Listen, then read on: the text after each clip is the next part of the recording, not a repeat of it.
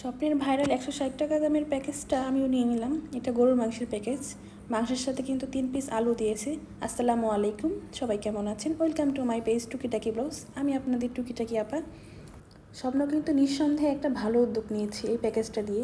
মাংসের পিসগুলো খুব বেশি বড় নয়, ছোটো আকারের। তারপরে অনায়াসে 2 জনের তো হয়েই যাবে। চাইলে 3 থেকে 4 জনও খেতে পারবে। তবে আমি মনে করি এটা 2 জনের জন্যই পারফেক্ট। যাদের টোনাটুনির সংসার আছে তাদের জন্য একদম পারফেক্ট একবেলা খাবারের জন্য। আর যারা মেসে থাকে তাদের জন্য তো অনেক ভালো হয়েছে এই প্যাকেজটা দিয়ে। এই তো আমি গুনে নিচ্ছিলাম কয় পিস গরুর মাংস দিয়েছে। যাই হোক, এখানে মোট 12 পিসের মতো মাংস ছিল। ছোট ছোট ছিল।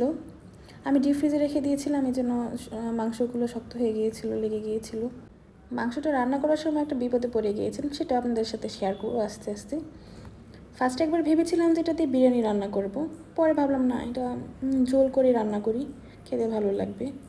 মাংসের পরিমাণও কম ছিল।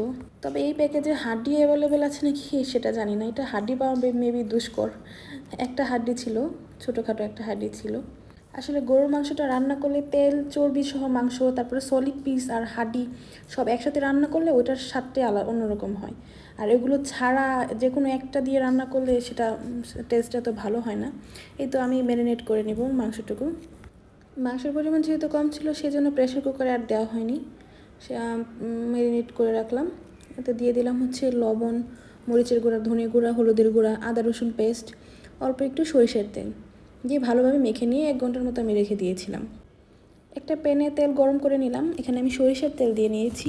আমি সবসময় খাবারে সরিষার তেল ইউজ করি। সরিষার তেলে পুষ্টিগুণ ভালো থাকে সয়াবিনের থেকে। তারপরে যে গরম মশলাগুলো দিয়ে দিলাম। গরম মশলার মধ্যে তেজপাতা, এলাচ, দারচিনি, লং এগুলো দিয়ে একটু রসুন কুচি দিয়ে দিলাম। এগুলো একটু ভালো করে ভেজে নেব। ভেজে নেওয়ার পর দিয়ে দিলাম হচ্ছে পেঁয়াজ কুচি। পেঁয়াজ কুচিগুলো ভালোভাবে ভেজে নেব, একদম ব্রাউন করে আমি ভেজে নেব। এখন এতে দিয়ে দেবো টুকরো করে রাখা আলুগুলো।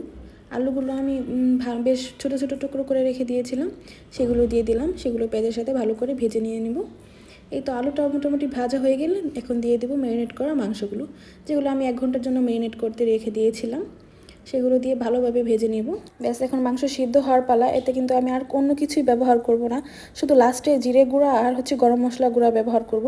এই যে আমি 3 ঘন্টা ধরে রান্না করছিলাম, যে এই বিপদেই পড়েছিলাম যে আমি রান্নাটা মানে মাংস সিদ্ধই হতে চেয়েছিল না, অল্প মাংস, এই জন্য মেবি জানি না আমার সাথে এমন হয়েছে নাকি অন্য কারোর সাথে এমন হয়েছে। বাট আমার মাংসটা সিদ্ধ হতে পুরোপুরি 3 ঘন্টা সময় লেগেছিল। আমি জাস্ট আমার বিরক্ত লেগে গিয়েছিলো এটা রান্না করতে গিয়ে। পরে ভাবছিলাম যে না, প্রেশার কুকারে দেওয়াই ভালো ছিল। আসলে সবসময় প্রেশার কুকারে রান্না করে অভ্যাস, তো এই জন্য এমন হয়েছে মেবি। ধন্যবাদ সবাইকে।